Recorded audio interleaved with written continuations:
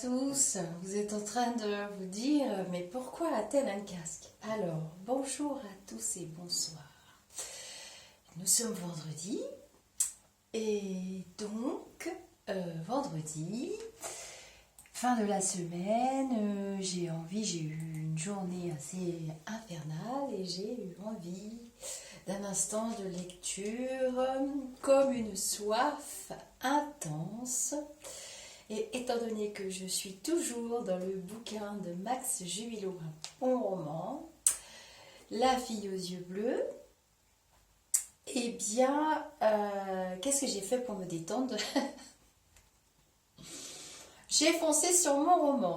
Donc j'ai mis un casque parce que c'est un casque audio de très très très bonne qualité. C'est le casque avec lequel j'écoute de la musique à tue-tête pour élever mon taux vibratoire. Quand j'ai besoin de l'élever rapidement ou autre. Ou quand j'écoute des émissions aussi sur YouTube, je ne regarde pas les émissions, je les écoute. Donc, vous êtes les bienvenus dans mon bureau. Alors, je suis aux trois quarts du roman que je lis passionnément. C'est vrai que j'ai beaucoup de lectures, comme vous le savez tous. Et j'adore ce livre, beaucoup d'émotions. Donc c'est quand même l'histoire de Max à l'adolescence bien tassée et les premières amours qui ne se passent pas toujours comme on peut l'imaginer. Donc c'est un très très beau roman et je vais vous faire un petit instant de lecture avec ce roman, sachant que du coup vous allez prendre le film en plein milieu et la lecture en plein milieu. J'ai fait un autre instant de lecture de ce roman et quelquefois, comme c'est pas un roman harlequin, c'est une lecture, c'est très très bien écrit. Quelquefois, je relis le texte parce que les mots sont recherchés. Il y a des citations que je vais extraire de ce livre d'ailleurs. Je ne sais pas si Max va être très content de m'avoir autorisé à faire des instants de lecture avec ses bouquins, parce que je crois que j'ai pas fini de vous en faire. Et donc, il y a de très très belles citations, des expressions qui sont très drôles. Donc là, l'auteur joue avec nos sentiments. Bon, il les a vécus, ces situations. Ce qui fait que déjà, je me retrouve transportée dans mon époque, puisque ça se passe dans les années 70-80. Parce que si je calcule bien, oui, c'est ça. Et donc, je retrouve tous les éléments qui sont liés à mon époque. Alors, pour ceux qui sont fans, je sais qu'il y a beaucoup de personnes assez jeunes, d'ailleurs, qui sont nées dans les années 80, 90, 80, même 2000, qui sont fans des années 80, des années 75-80. Et vous avez bien raison, parce que, oui, c'est les années 80, c'est 82, 83. Vous avez bien raison, parce que je trouve que c'était pas aussi dur que maintenant pour la jeunesse. Et c'est vrai qu'on pouvait vivre l'insouciance de la jeunesse. Et voilà. Donc là, on va arriver au paragraphe où, voilà, Max, donc, qui est le personnage principal, est dans un petit groupe d'amis. Et donc, sa meilleure amie, c'est Isabelle, la Soussou, qui est surnommée la Soussou.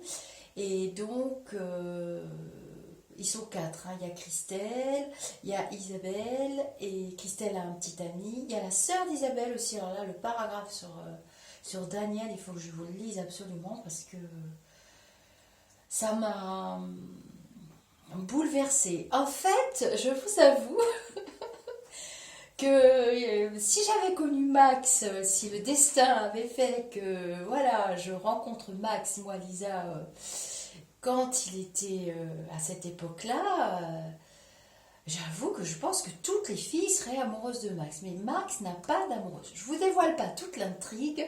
Je vous fais l'instant de lecture. Donc je vais me mettre dans le petit coin. Bon, j'ai pas grand-chose à vous montrer à part mes jolies bougies, mes plumes et mon petit hôtel. Mon petit hôtel dédié à Sainte-Philomène et à Saint-Antoine de Padoue. Allez, De l'aide pour son amour, c'est la page 132. Donc vous voyez que moi, le livre, il est dans ma tablette, hein. Donc vous le trouverez très facilement sur Amazon, n'importe comment. Max est dans le groupe, présent dans le groupe Au-delà du spirituel. Vous pouvez le contacter, il parle de temps en temps avec nous, en dehors de ses occupations, ce qu'il en a pas mal aussi. Alors je vous commence l'instant de lecture. De l'aide pour son amour. Vous êtes détendu, vous êtes installé, j'espère. Parce que ce sont des instants de détente. Donc nous sommes vendredi soir et nous allons nous détendre. Notre petit groupe continue de fonctionner. De sortie en rigolade. L'été s'annonce comme celui de l'an passé. Je retourne travailler dans la même entreprise. Christophe et Olivier n'y seront pas cette année. La piscine, le plan d'eau de Saute-Guillaume, les cabanes à frites seront aussi au rendez-vous. Depuis quelque temps, je sens Isabelle plus proche. Donc c'est sa meilleure amie, je fais un petit encart, c'est sa meilleure amie, mais il est quand même amoureux d'Isabelle en secret et il n'a pas avoué cet amour. Alors il y a plein de rebondissements, là j'arrive à la page 132, mais il y a plein de rebondissements avant. Vraiment c'est passionnant, j'adore, c'est très tendre, c'est très tendre, c'est reposant et c'est une écriture soutenue. C'est pas du harlequin, c'est pas du roman consommation supermarché où on voit tout le truc partout étalé. Non, non, c'est quand même une lecture, oui, soutenue, avec des mots parfois difficiles. Il faudrait peut-être prendre des fois un dictionnaire. Enfin bon, j'exagère toujours un petit peu. Bon, allez, on y va pour notre instant de lecture. Je reprends du début. De l'aide pour son amour. Notre petit groupe continue de fonctionner, de sortir en rigolade. L'été s'annonce comme celui de l'an passé. Je retourne travailler dans la même entreprise. Christophe et Olivier n'y seront pas cette année. La piscine, le plan d'eau de Saule-Guillaume et les cabanes à frites seront aussi au rendez-vous. Depuis quelque temps, je sens Isabelle plus proche, un peu soucieuse aussi. Elle m'entretient sur des sujets qui la concernent personnellement. Je sais maintenant que je n'ai rien à attendre d'elle. Je me confine dans une réelle amitié, tenant le rôle de confident lorsque cela s'avère nécessaire. Les événements de la vie de Daniel ont un peu bousculé l'ambiance qui régnait chez eux, et de ce fait, Isabelle naturellement me fait part de ses incertitudes. Notre relation n'évoluera pas, mais j'ai toujours ce feu au cœur, cette impatience de la retrouver, cette douleur lorsqu'il faut la laisser. N'évoluera pas, mais avec quelque part au fond de moi, l'espoir que peut-être je serai celui avec qui elle voudra aller plus loin. Puis, une nuit où nous marchons sur les chemins de Vaugnes à Flaget, Isabelle me fait cette annonce. « Max, je sais que je peux tout te demander. Pourtant, depuis quelque temps, j'essaye de te dire quelque chose et je n'y arrive pas. Ce n'est pas grave, je pensais à Daniel en disant cela. Non, je veux juste te parler de quelqu'un, un autre garçon.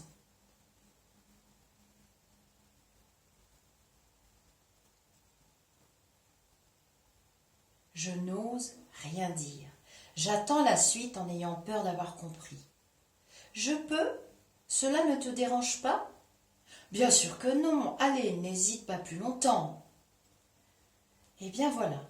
En fait, l'été dernier, lorsque nous étions en vacances, j'ai fait la connaissance du fils des amis de mes parents. C'est de lui dont je veux te parler. Tu vas me dire que tu es amoureuse et qu'avec les vacances qui reviennent, tu vas le revoir. Sourcil droit relevé, Isabelle me regarde l'air étonné. Je ne la laisse pas dans le doute. Non, j'étais pas au courant, ne sois pas inquiète. Oui, c'est cela, j'aimerais le revoir mais maman ne voudra jamais. Comment as-tu fait l'été dernier? Vous êtes-vous revus? Occasionnellement, lorsque nos parents se retrouvent, mais principalement nous nous sommes écrits souvent. Je reste un moment éteint. J'aurais voulu cette nuit me sauver en courant, la laisser là. Après mon ascension, après mon arrêt brutal, c'est maintenant la chute. Jusque-là, je me trouvais d'une certaine façon comme encore suspendue dans ce vide, entre le sommet de cet amour qui m'avait poussé si haut et n'ayant rien pour le concrétiser, le vide sous mes pieds. Ce soir, brusquement, je venais de sentir que quelque chose avait cédé.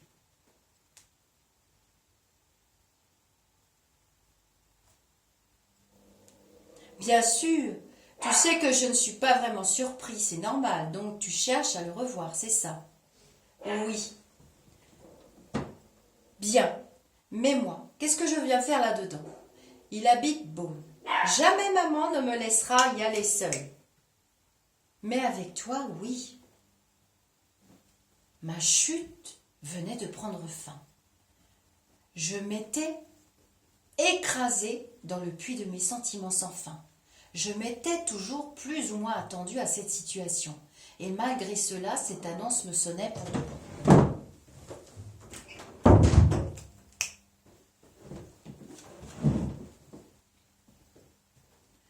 Notre balade s'est poursuivie sans que je ne laisse rien paraître. Nous avons même prolongé notre discussion en cherchant la manière d'opérer pour convaincre sa maman de nous laisser aller à Beaune. Nous ne manquions pas d'imagination. Je suis rentrée chez moi bien tard ce soir-là. Et si quelqu'un avait pu voir mon être intérieur, il aurait vu un jeune homme en béquille, les membres plâtrés, couvert de bandages jusqu'à la tête, mais plâtré ne veut pas dire mort.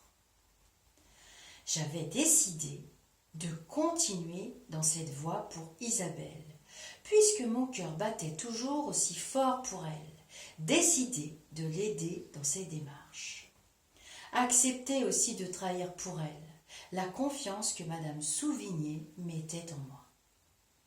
Cette nuit-là, avant de me forcer à dormir, j'ai pris les 2 disques de Gérard Lenormand pour les briser. À compter de ce jour, je me suis mis à écrire. Dans un cahier d'écolier bleu, les pages se sont remplies de textes écrits au sang de mon cœur. Ce cœur dans lequel l'incendie n'avait jamais cessé, mais qui ce soir, comme sous un vent tournant, venait de changer de direction.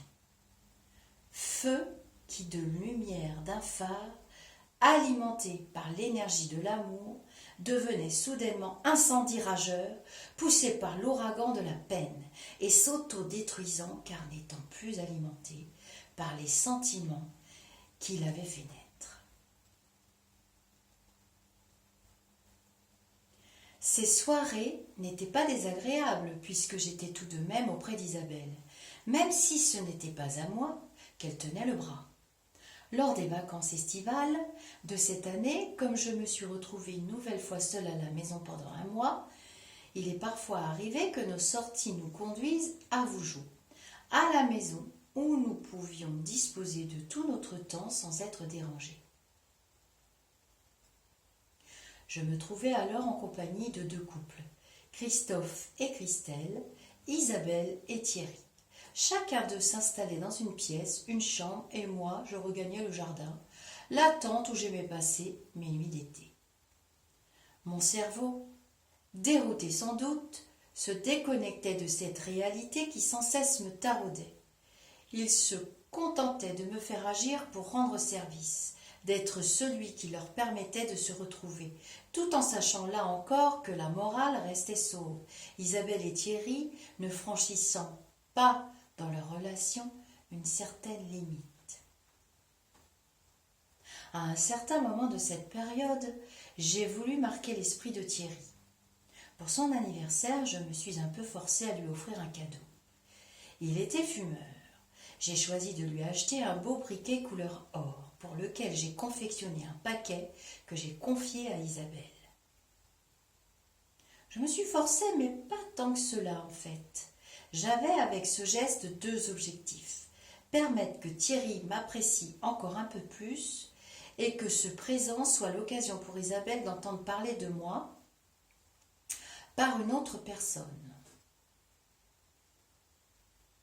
Leur faire penser aussi que j'étais de ceux qui n'avaient pas été invités. J'ai réussi au-delà de ce que j'avais espéré. Thierry, forcément très surpris, m'a en retour transmis ses remerciements. Ils me sont parvenus sous la forme d'une cassette audio sur laquelle étaient enregistrées les chansons de Georges Moustaki et de Marie Laforêt, et sur laquelle Thierry, qui lui aussi s'était enregistré, m'expliquait sa grande surprise de recevoir ce très beau briquet et ne pas comprendre à quoi il devait cette marque de mon estime. C'est avec Isabelle que j'ai écouté la première fois cet enregistrement. Le feu qui en moi brûlait encore et encore commençait à attaquer mes dernières barrières de protection. Bien que le centre de l'incendie reste l'amour, les flammes qui se répandaient devenaient destructrices, consumaient tout ce qu'elles touchaient. Avec les béquilles, les emplâtres et les bandages de mon être intérieur, je n'avais pas la possibilité de les fuir. Figée, clouée que j'étais par cette situation que je ne parvenais pas à expliquer. Incompréhension de mon être et de mes ressentis en perpétuelle contradiction. J'essayais de me protéger en me réfugiant dans les pages de mon cahier, où, comme un pompier, je tentais de coucher sur ces feuilles les flammes de mon cœur que je pensais ainsi pouvoir étouffer.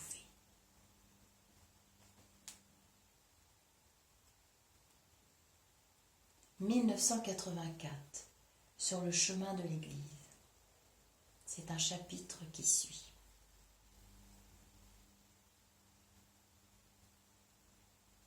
Assis sur ma moto, je vois les premières voitures venir stationner sur le parking de l'église. Des hommes et des femmes que je n'ai jamais vus passent près de moi et en se demandant certainement ce que fait ce motard si près de l'entrée de l'édifice religieux. Le prêtre que je connais bien, lui, sort du presbytère et avant d'entrer dans l'église s'arrête à ma hauteur. « Bonjour Max, alors tu es de la fête ? Tu as peur d'attraper froid que tu n'entres pas dans l'église ou tu veux y entrer avec ta moto ?» Mon père, c'est vrai qu'il fait meilleur dehors sous ce soleil, et vous n'êtes pas loin de la vérité. Je rentrerai bien avec ma moto, car je n'ai pas été conviée à participer à ce mariage. Oui, je sais, on me l'a dit, ne fais pas de bêtises, mes prières iront vers toi, Max. Sur ces mots, le père de bord m'abandonne et s'en va préparer son office. Il y a bien des années que nous nous connaissons.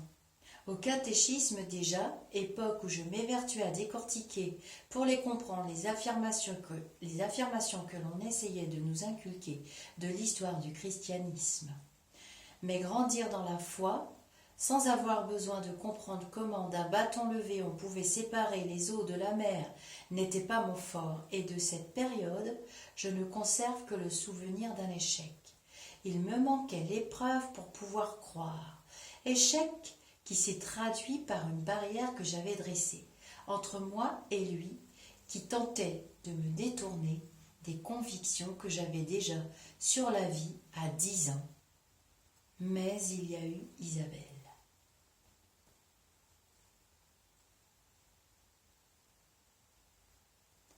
Réunion au presbytère. Ça, c'est encore un autre petit chapitre.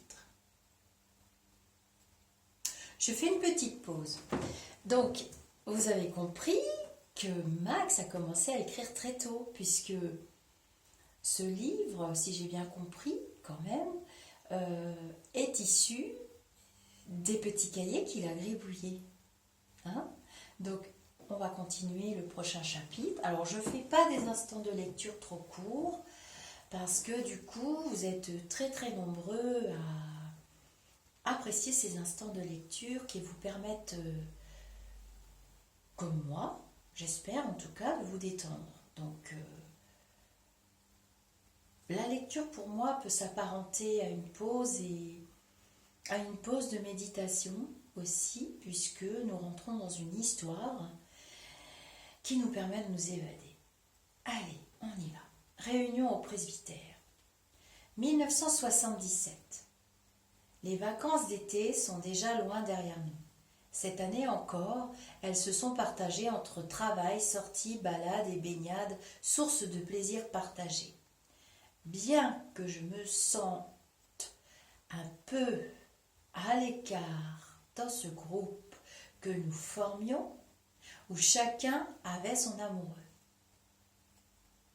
Bien que nous soyons souvent tous les quatre, Christelle, Isabelle, Christophe et moi, j'étais le seul à ne pas vivre les moments complices d'un couple. Il me semblait aussi qu'Isabelle commençait à se fatiguer des marques d'attention que je pouvais lui porter, même si j'essayais de les rendre aussi discrètes que possible, même si je tentais d'être effacée. Elle m'a avoué un jour avoir eu une lueur d'espoir lorsqu'un après-midi de baignade à Saule-Guillaume, je me suis fait draguer par une fille. Une belle fille, c'est vrai, mais je n'avais pas la présence d'esprit de remarquer qu'elle me cherchait. Et cela n'aurait rien changé que j'en sois conscient. Je n'avais dans mon cœur de place que pour une seule personne. Espoir de me voir occupée à penser enfin à une autre. Espoir de ne plus me sentir en peine pour elle. Espoir certainement aussi de moins se sentir étouffée par ma présence. La rentrée scolaire nous a conduits avec Isabelle et Olivier à mieux connaître Beaune, à partager aussi nos moments de trajet. Une autre vie commençait. Celle qui allait nous préparer à nos futurs métiers, celle qui nous faisait découvrir, après toutes ces années passées au collège de nuit, c'est la ville qui s'appelle comme ça, un autre milieu. D'autres gens, une forme de liberté nouvelle. J'avais donc conscience de peut-être écraser Isabelle par les lourdeurs de mes sentiments, par les lourdeurs que mes sentiments pouvaient lui faire subir. Pour ne pas la gêner, j'essayais de me faire aussi petit que possible, n'apparaissant que lorsqu'elle me semblait dans le besoin. Besoin de parler, besoin de partager, besoin de s'évader. Mais cela ne me suffisait pas. Un jour, j'ai appris qu'avec ses deux frères, elle participait au presbytère de Gilly, chez le père Debord, à des rencontres de réflexion. Seuls Michael et peut-être Patrick, ses frères, ont une mentalité assez proche de la mienne. C'est d'ailleurs Michael qui, un soir en sortant de chez le père Debord, me dit « Max, il commence à faire froid. Tu ne dois pas avoir chaud sur ta mobilette. Viens directement chez nous pour les prochaines fois, comme cela, nous ferons le trajet ensemble. » Quelle aubaine! Je n'en avais pas espéré tant. J'ai donc eu cet hiver 1978 la possibilité de retrouver Isabelle le samedi soir, chez elle lorsque j'arrivais un peu en avance, ou dans la voiture lors des trajets prolongés par le temps de la réunion au presbytère. Je n'en conservais pas moins mes plâtres, mes béquilles, mes bandages, et je n'ai perçu que trop tard cet enlisement dans lequel je m'enfonçais alors que je pensais pouvoir trouver un appui, rehausser mon moral.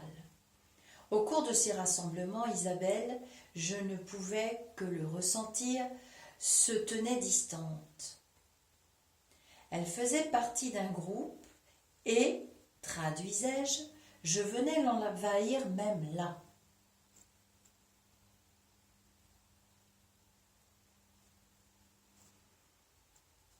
Dans la petite chapelle du presbytère, alors que nous étions réunis partageant nos idées sur la vie en rapport de la religion, ou méditant, c'est le feu de l'amour qui détruisait les dernières barrières de mon cœur. Devenait ici même flamme de l'enfer. Pendant ce temps, les pages de mon cahier d'écolier se remplissaient d'une encre noire. j'avais acheté à nouveau l'album de Gérard Lenormand, mais cette fois sous forme d'une cassette audio, la première d'une longue série. Olivier ne manquait pas de se moquer de ces réunions faites chez monsieur le curé, tout comme des chansons que j'écoutais. Pour lui, la connaissance de Gérard Lenormand se limitait au Gentil Dauphin et à La Ballade des gens heureux. C'est étrange, moi je ne les appréciais pas du tout. Celle-ci, contrairement à toutes les autres où la nostalgie prédominait, et dans ce répertoire emporté par le tourbillon de mes secrètes douleurs, je ne cessais d'écouter « La mort du cygne est comme une rose noire ». Les réunions à Gilly s'enchaînaient. Plusieurs fois, pour éviter cet affrontement moral avec Isabelle, j'avais décidé de refaire le trajet seul en mobilette, jusqu'au presbytère, en prenant soin de faire prévenir Michael qu'il ne fallait pas m'attendre. À chaque fois étonné, il avait à juste titre insisté pour que j'aille avec eux en voiture. Le froid de cette saison était rude. Mais bon sang, pourquoi ne veux-tu pas profiter de la voiture? Il y a de la place. Tu sais que cela ne me dérange pas, Max, me disait-il.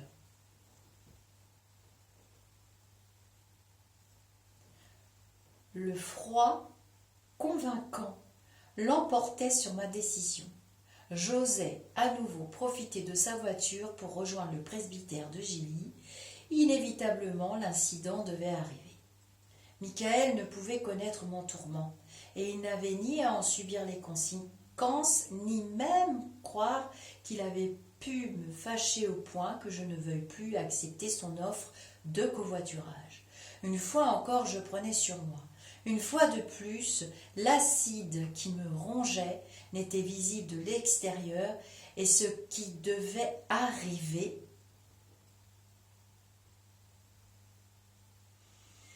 un de ces samedis soirs où j'arrivais chez Isabelle pour attendre l'heure du départ, il pleuvait. Madame Souvigné, m'ayant vu attendre dehors, n'a pas voulu que je reste plantée à l'extérieur. Elle m'a demandé de la rejoindre à l'étage alors que, au mieux, j'aurais préféré rester au sous-sol. Michael avait été retardé et n'était pas encore prêt. Je venais de surgir dans le couloir quand Isabelle est passée devant moi avec un bonjour sans s'arrêter en rejoignant sa chambre. Quelques secondes, je me suis retrouvée comme ignorée, à me demander ce que je faisais là. Il n'en a pas fallu plus pour que le barrage de ma raison finisse par céder. Il n'en a pas fallu plus pour que les dernières limites de cet incendie destructeur soient atteintes.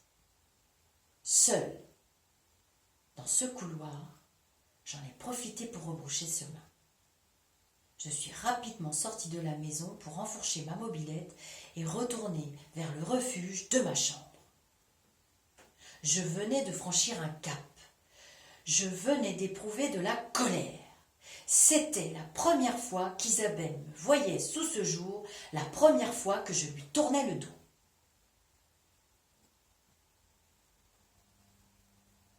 Et là encore, elle n'était pour rien dans ce qui m'arrivait. J'étais le seul à qui l'on aurait pu faire des reproches.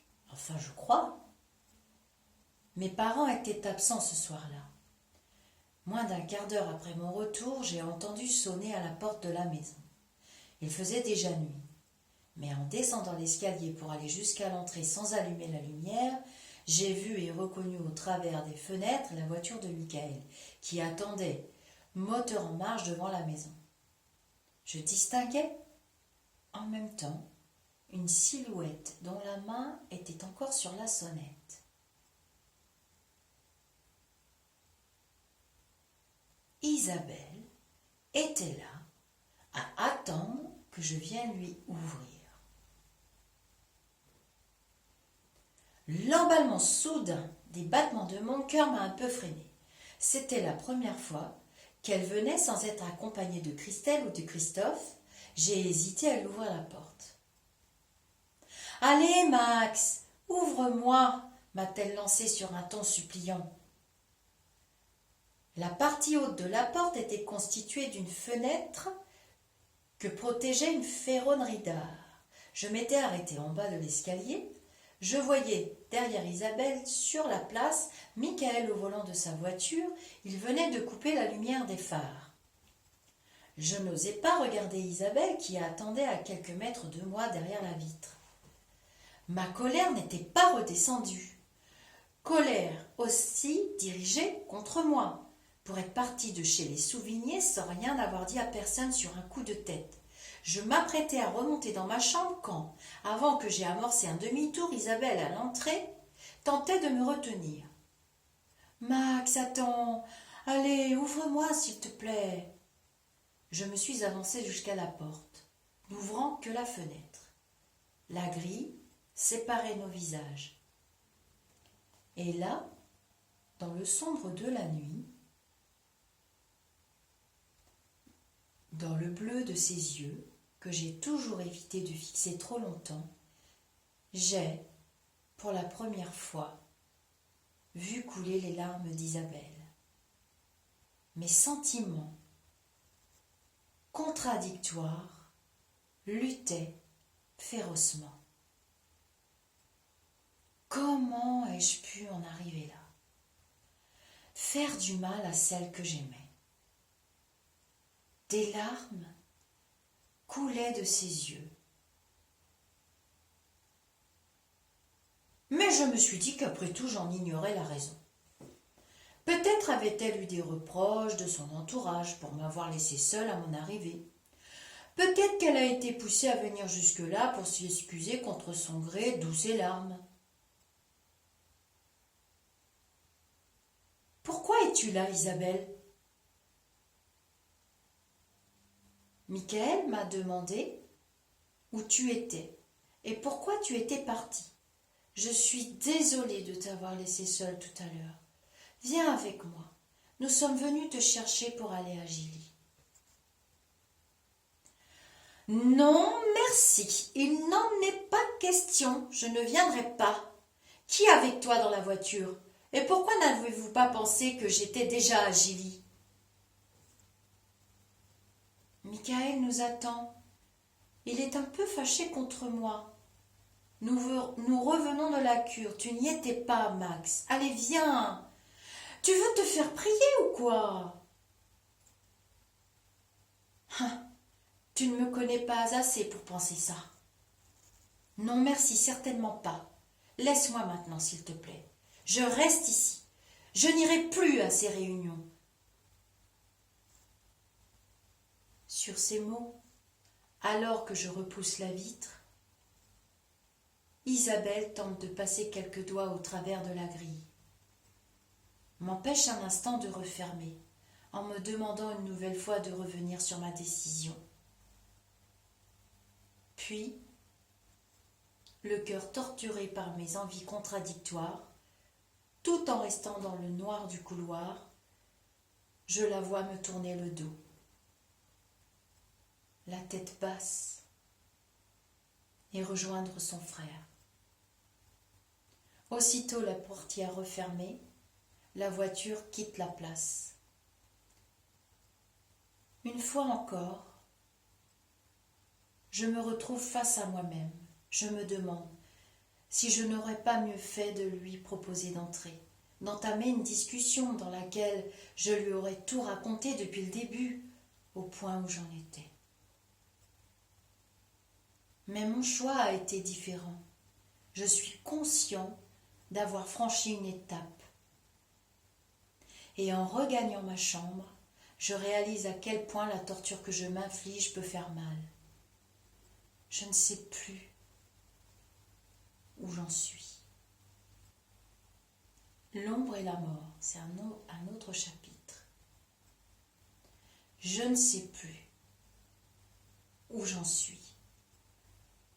Je ne peux que me réfugier dans les paroles des chansons de Gérard Lenormand. J'ai l'impression en les écoutant qu'elles sont l'écho de mes tourments. L'impression qu'elles sont la vérité que doit entendre Isabelle, qu'elles sont le reflet de mon âme. Reflet qu'elle aurait dû voir toute seule. Mais c'est moi que je dois fustiger, moi qui seul me suis conduit à cette situation. Je me souviens de ces premiers temps où je la rencontrais, quand je voyais au fond du tunnel de souffrance de mes amours passés poindre cette nouvelle lueur. Je me souviens, malgré mes peines passées, m'être autorisée à avancer pour voir de plus près ce qui brillait de nouveau au fond de mon âme. Je l'ai fait sans m'assurer, en lâchant la rampe de sécurité que jusque-là j'avais su toujours tenir. Cessant d'être prudent, je me suis laissé envahir par cette éblouissante lumière, donnant à l'incendie qu'elle générait de doucement venir corriger les dernières protections de ma raison. Je cherche mon cahier. Il faut que j'extériorise ce que j'ai en moi, que je réussisse à gérer l'ouragan de cette tourmente. C'est une période de ma vie où je me suis plus encore découvert le plaisir d'écrire. Je n'ai jamais vraiment tenu de journal intime, car je pensais que c'était réservé aux filles, acte trop féminin.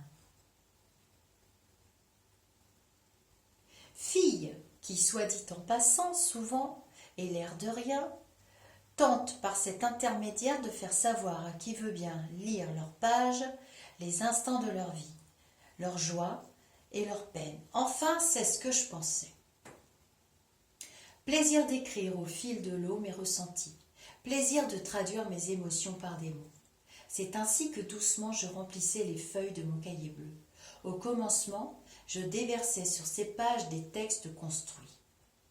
Non pas un simple récit journalier, mais plus avec une approche de parolier. Car j'entretenais aussi un peu l'ambition de pouvoir un jour chanter ce que j'écrivais.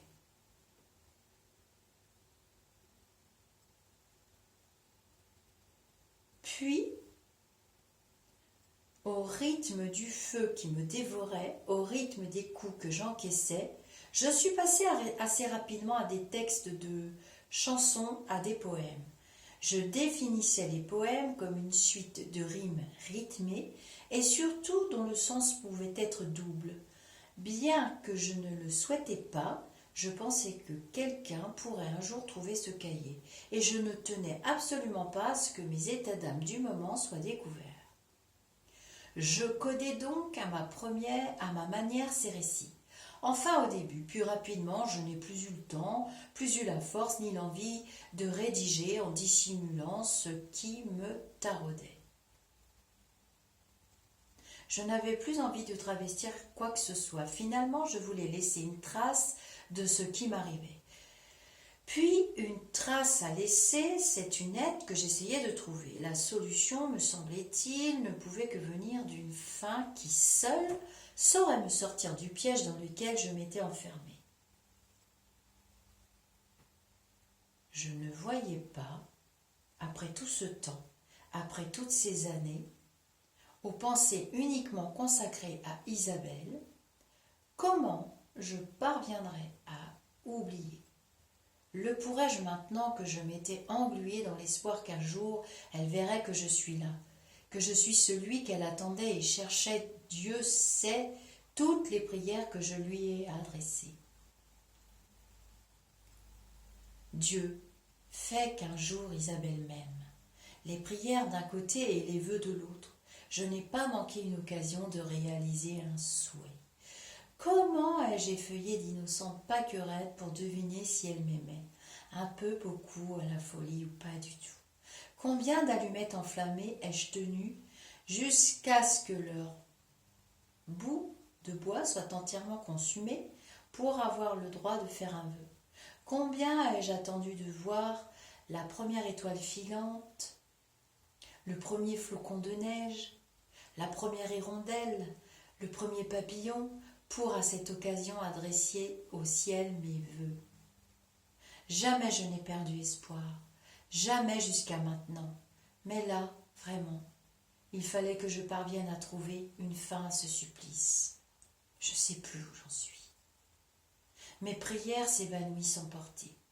dispersée par les flammes de cet incendie qui me dévore, et avec elle tout espoir que je puisse retrouver une relation normale avec Isabelle. La normalité serait d'être capable de lui parler, de la regarder sans que mon cœur dérape. La normalité serait qu'elle ne soit qu'une fréquentation avec qui je partage quelques instants de vie, et non plus qu'elle soit celle que je veux entourer, protéger, approcher. Cette fille dont j'ai toujours voulu éviter de fixer trop longtemps le regard, de peur de ne me noyer au fond de ses yeux. Isabelle, dont les éclats de rire lardaient sans cesse mon cœur. La normalité serait d'arriver à lui dire « Isabelle, je t'ai aimée, malgré moi, malgré toi, dans la souffrance de mon silence. Isabelle, c'est maintenant fini, je tourne la page et je reste l'amie sur qui tu peux toujours compter. » Voilà la situation à laquelle j'aurais dû aboutir. Mais seule et sans appui, sans renfort, toutes mes tentatives pour étouffer le feu qui me minait n'avaient abouti qu'à me faire courir en tous sens. En fait, de tourner la page, ce sont les pages de mon cahier que je tournais, continuant de les couvrir d'une encre et de mots de plus en plus noirs. Immanquablement, un voile sombre a fini par les recouvrir. Un voile noir qui ne pouvait être que libérateur. Mes textes appelaient à l'aide. Ils imploraient le radical secours universellement libérateur. Même si mes actes restaient posés, encore contrôlés, mes espoirs embrouillés, mes pensées éclatées n'attendaient plus qu'un événement. Dans les lignes de mes écrits, j'invitais la grande dame. Je la désirais tant que je ne comprenais pas qu'elle soit décrite si effrayante. Je la désirais tant que je ne voyais ni la noirceur de son long voile, ni le tranchant de sa faux.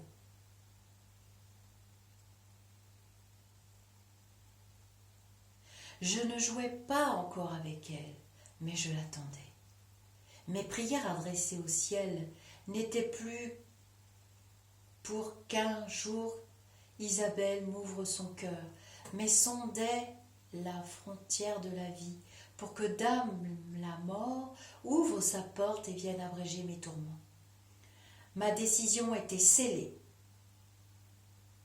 Désormais, j'attendais sans avoir peur. Étrangement, depuis cet instant, je me sentais apaisée, en paix avec mes tourments. Un abcès était crevé, mais son poison s'écoulait en moi. Déterminée, j'attendais que Dame la mort passe, mais je n'avais pas pour autant l'intention de la provoquer. Le suicide a toujours été à l'encontre de mes convictions. Pour l'aider, je diminuais mon seuil de prudence.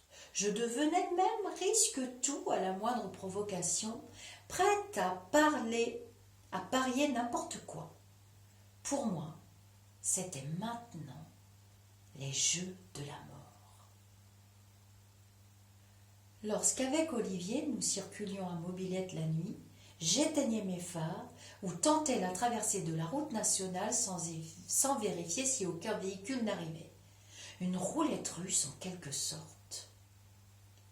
D'autres fois, avec Patrick, le frère d'Isabelle, avec qui je me sentais en rivalité, nous avons, dans nos mutuelles provocations, joué au défi du courage, comme se lancer face à face au volant d'une voiture.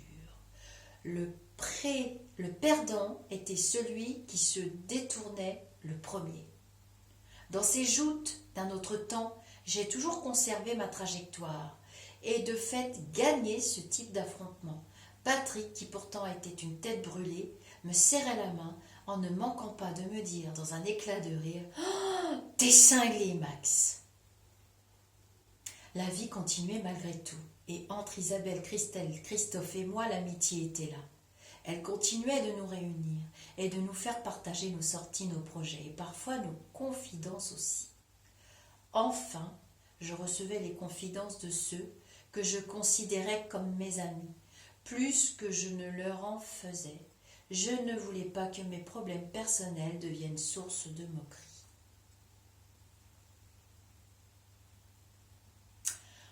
On va s'arrêter là pour ce soir.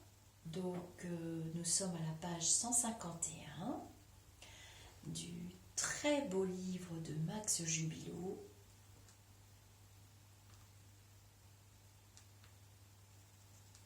La fille aux yeux bleus. Alors moi je connais ce livre sous ce nom-là. Vous pouvez venir dans le groupe Au-delà du spirituel si vous êtes perdu ou me mettre des commentaires sous cet instant de lecture. Vous mettez des commentaires. Le livre se vend sur Amazon. Vous pouvez même mettre une évaluation si vous voulez sur Amazon. Vous trouverez très facilement Max Jubilo sur internet. Voilà, moi j'aime beaucoup sa façon d'écrire. De toute façon, je ne vais pas parler de quelque chose que j'aime pas pour faire plaisir à quelqu'un. C'est carrément pas possible et c'est carrément pas moi. Donc, bon, je bredouille un petit peu sur les mots parce que il est tard, nous sommes vendredi. C'est la fin de la semaine. Je sais qu'il y a des gens qui travaillent quand même demain. Donc, je vais vous quitter sur cet instant de lecture. Je vous souhaite une très très belle soirée. Je vous dis namasté. J'espère que vous êtes un petit peu détendu, un petit peu relâché. Parce qu'au fond, la lecture, ça sert à ça. Et très souvent, je lis le soir avant de m'endormir. Enfin, avant d'espérer m'endormir. Et quand on a des vélos dans la tête, on s'en rend compte parce que quand on commence à lire, et ça va. Je suis sûre que vous allez me dire que j'ai raison. On relit plusieurs fois la page et on se dit attends, ouh là là, j'y suis pas. Et au bout d'un moment, on arrive à rentrer dans notre livre. Voilà, je vous remercie pour votre écoute. Vous êtes de plus en plus nombreux. Si vous voulez que mes instants de lecture soient plus longs, je dois quand même demander les autorisations. J'ai un autre livre, instant de lecture, à vous lire de plusieurs auteurs. Alors maintenant, j'ai des auteurs et des écrivains qui écrivent aussi. Vous avez vu que je vous partage des textes de Marie Robert. Elle m'a donné l'autorisation. Vous la trouverez très facilement dans les réseaux sociaux, dans Facebook. Elle m'a donné ses autorisations. Voilà. Bon, mais ce sont des textes qu'elle écrit, hein, rien à voir avec les livres, ce sont des écritures différentes. Voilà. On se quitte, on se dit bye bye. À très vite pour d'autres vidéos. C'est ma chaîne, c'est Au-delà du spirituel. Le groupe Facebook, c'est Au-delà du spirituel aussi. Je m'appelle Lisa Arcamella. Et j'ai un site internet, lisarcamella.com. Je dis coucou à toutes les personnes qui vivent au Canada, puisque 67% des personnes qui suivent ma chaîne vivent au Canada. Une autre partie aux États-Unis, une grande partie en Belgique, je dis coucou aux Belges. Alors aux États-Unis, il y a des personnes américaines et il y a des personnes françaises qui écoutent aussi la lecture en français quand on vit à l'étranger aussi, qu'on parle couramment la langue du pays étranger dans lequel on vit. On a besoin aussi, puisque je le sais, puisque j'ai quand même été pas mal à l'étranger aussi. On avait besoin et ça fait beaucoup de bien d'entendre la langue française. La langue maternelle, voilà. À très bientôt pour un autre instant de lecture.